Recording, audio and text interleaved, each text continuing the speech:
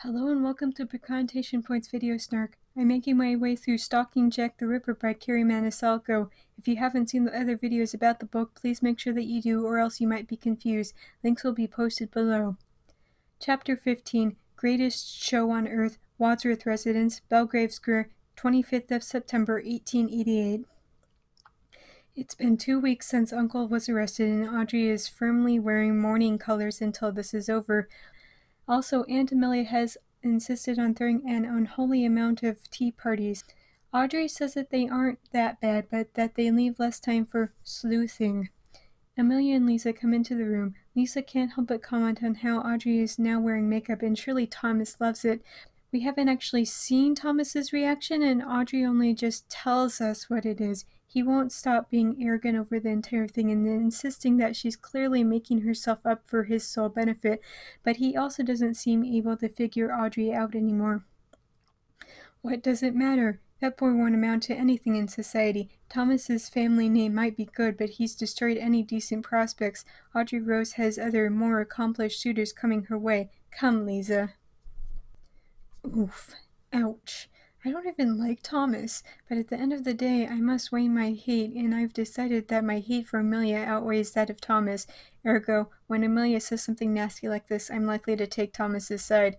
Please don't ask me what would happen if Thomas said something nasty about Amelia. I might change my mind. Anyway, as you might have guessed from the chapter title, they're going to the circus. Nathaniel begs Audrey to change out of black, if only because... And what of Jumbo? Poor chap's finally coming home and you're greeting him wearing the color of death? I don't think that the elephant really cares. Also, before anybody starts to say anything, friendly reminder that this story takes place in 1888. There are unsolved murders and Uncle is being held under suspicion, I said. Now isn't the time for levity. At least somebody has some priorities, although I'm not quite sure that Audrey seems to care enough about her uncle if she has time to go to the circus and have tea parties. Yes, he, along with a slew of other questionable characters, Nathaniel said. According to the papers, Scotland Yard's throwing any person in a cell until their innocence can be proven irrevocably or until someone more frightening comes about. I'm honestly not quite sure how that's remotely helpful. At some point, the jails are going to be overcrowded with really innocent people, and my guess is that the killings haven't magically stopped either. Oh, but I guess rights for prisoners and all of that innocent until proven guilty nonsense has yet to actually come about.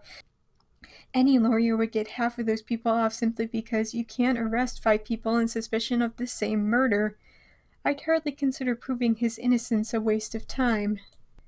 I mean, she says this, but yet Uncle was arrested. Audrey attends a tea party thrown by her aunt, 2 weeks' time skip in which who knows what happened, and Audrey is now about to go to the circus.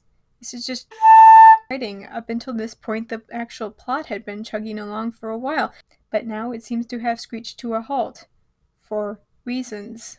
I'd never seen such sensationalist rubbish strewn across every cover. Reporters couldn't get their fill of Leather Apron. They were creating a star out of a madman, glorifying a villain.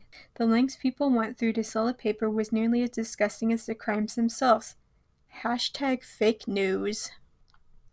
Audrey then goes on to say that she's been depressed since Uncle's arrest. Nathaniel tries to cheer her up, but rather than to do anything actually remotely helpful, he instead bought her tickets to the circus and brightly colored fabric for a new dress. Wow, my depression is cured. Thanks, brother.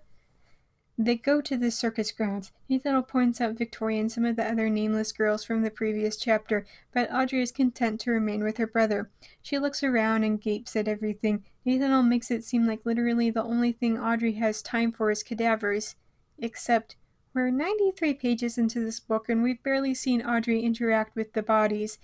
The smells remind Audrey of their grandmother. She sees some fabric and it reminds her of the sari she used to wear when she was little. Grandmama told me she'd refused him 20 times just for fun, Nathaniel replied. Says he squirmed like a cobra in a basket. That's how she knew he was in love. That's not love. That's called being a person and playing games. Subsequently, why did he ask this other girl to marry him? I guess he didn't love me after all. Why does this keep happening to me? They look at some of the trinkets for sale and then get snacks. The food is described in great detail, as usual. Meanwhile, my own eyes slowly start to turn into donuts. of the glazed variety. I want to scream at the book just to get to the goddamn point, none of which is apparently to be found anywhere in this chapter. At all. They look at the show horses. Audrey talks about getting some mending done on her hands. She talks to a lady with a snake wrapped around her throat. This prompts Nathaniel to be kind of like, why can't you just be normal? But Audrey just teases him because he's scared of a snake wrapped around a lady's throat like a scarf. Just as Audrey is finally starting to forget her worries for 2 seconds, Superintendent Blackburn shows up to talk with Audrey about official police business.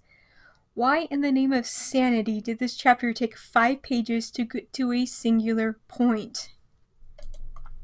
Chapter 16, A Date to Die, Barnum and Bailey Circus, the Olympia, London, 25th of September, 1888. Nathaniel is insanely angry that the man would dare interrupt their evening, to the point where Audrey is glad that he isn't directing any of his anger at her instead. It'll only be a minute. Contrary to what you both may believe, I don't wish to disturb your evening. I couldn't control the laughter from bubbling up in my throat. Oh yes, because you're so concerned with disturbing people's lives without due cause. How silly of me to forget. Arresting an innocent man and destroying his reputation is rather dull, now that you mention it. Why not ruin his niece's evening as well? I smiled sweetly. Then you could add picking on innocent men and young women to your growing repertoire, perhaps. I tapped a finger against my lips in mock contemplation.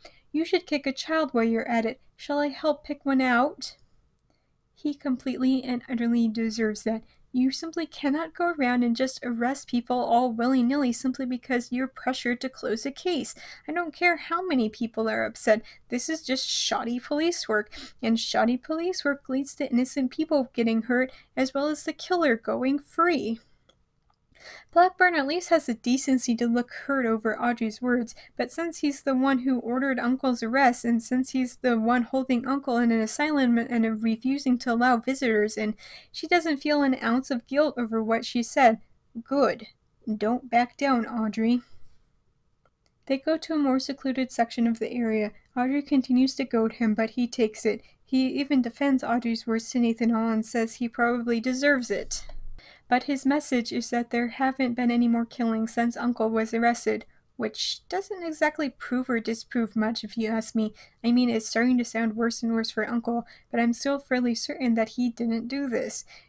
But he's to be hanged in 5 days' time, which Nathaniel finds absurd because there's been no trial. Your brother is correct. There will be a trial, but it'll be far from fair. They'll find your uncle guilty and hang him before the ink on his execution order is dry. The public is out for blood. Members of Parliament have made proclamations. Your uncle's the perfect target. This is exactly how you get people rioting in the streets over a corrupt justice system. Do you want that? Do you want judges and politicians dragged into the streets in their night dresses and torn apart by angry people? One of the reasons Blackburn lists for why Uncle must be the killer is because the murderer has some medical knowledge to remove her organs. Audrey then says she possesses that kind of knowledge, so maybe she's the killer. She then asks Nathaniel if they could postpone this since they haven't even finished the investigation of the murder of the second victim. He agrees and says that he'll go talk to his mentor right now. And apparently Nathaniel is a law apprentice. I guess the author got so sidetracked by Victoria's nose that she forgot to mention this. But Nathaniel asks Blackburn to escort Audrey home. As Nathaniel leaves, Blackburn asks if he heard Nathaniel correctly, that the second victim had been employed by the Wadsworth family. Audrey, however, feels as though he's gotten more than enough info from her and refuses to say anything. He then gets closer to Audrey and begs her to help find the real killer. He then grabs Audrey and starts to take her from the venue. Audrey gets upset and threatens to kick him in the balls unless he releases her, but then he says that he's taking her to the asylum to see her uncle. Thanks for listening to my book Snark on YouTube. If you're enjoying this, please hit that subscribe button. I post a new Snark video every Monday, but if you're eager for more Snark, you can check out my review of The Plan. If you've already seen that, then you can head over to Tumblr for my main book Snarks, and if all of that is somehow still not enough for you, then you can become my patron supporter for just $1 a month and read a bunch of bonus Snarks that isn't up anywhere else. See you next week, guys!